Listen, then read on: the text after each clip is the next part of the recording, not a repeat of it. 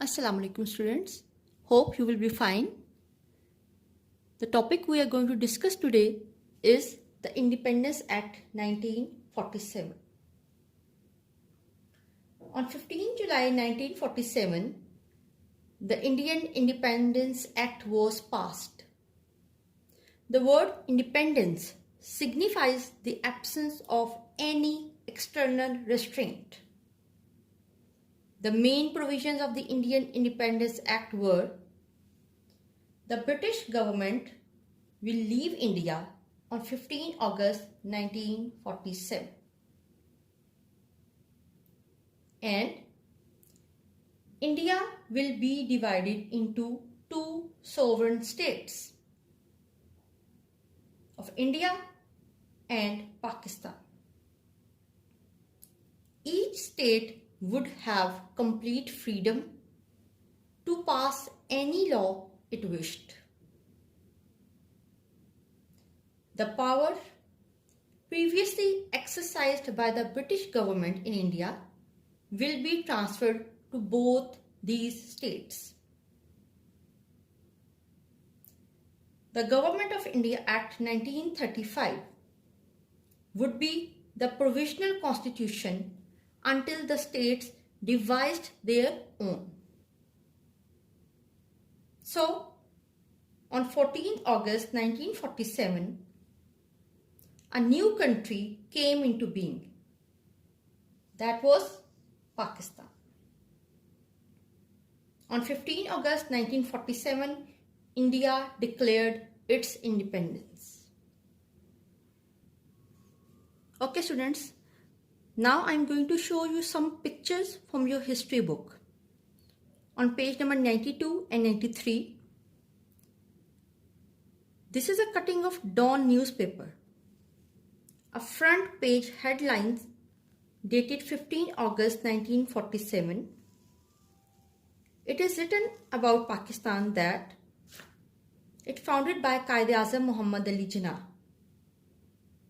and according to Islamic calendar, the date was 27th Ramazanul Mubarak.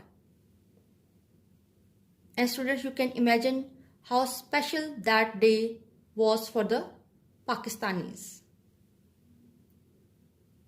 Here you can also read the wish of Lord Mountbatten for Pakistan. He said, "May Pakistan prosper always. Good wishes from the king and the ruler of many countries greet birth of new nation."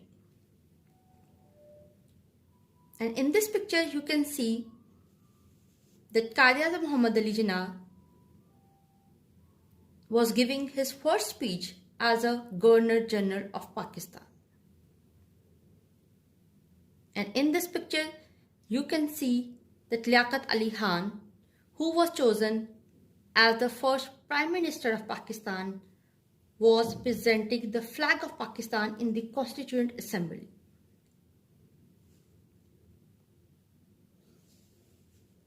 Now let us talk about the flag of Pakistan.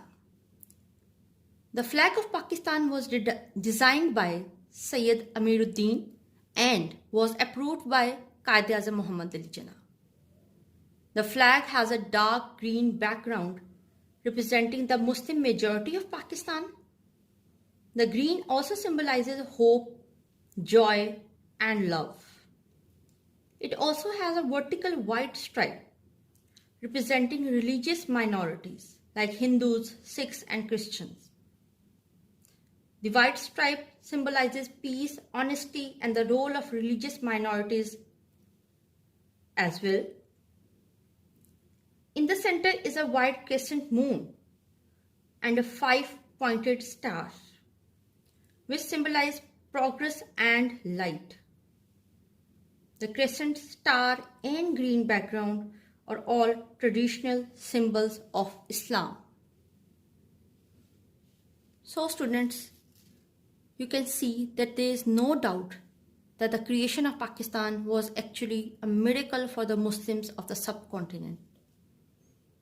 Quaid-e-Azam made a unique contribution to the Pakistan movement in that he not only played a central part in bringing about the agreement with the British, which resulted in the creation of Pakistan, but he was the first Governor General of the new country. And this is how he addressed to all the communities of Pakistan. He said,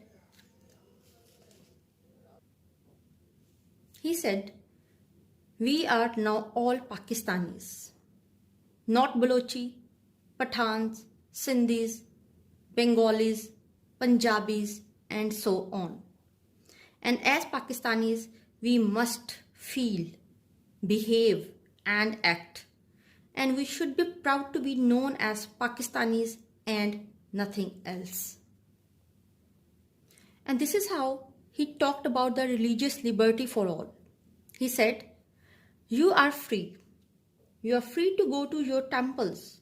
You are free to go to your mosques or to any other place of worship in this state of Pakistan. You may belong to any religion or caste or creed.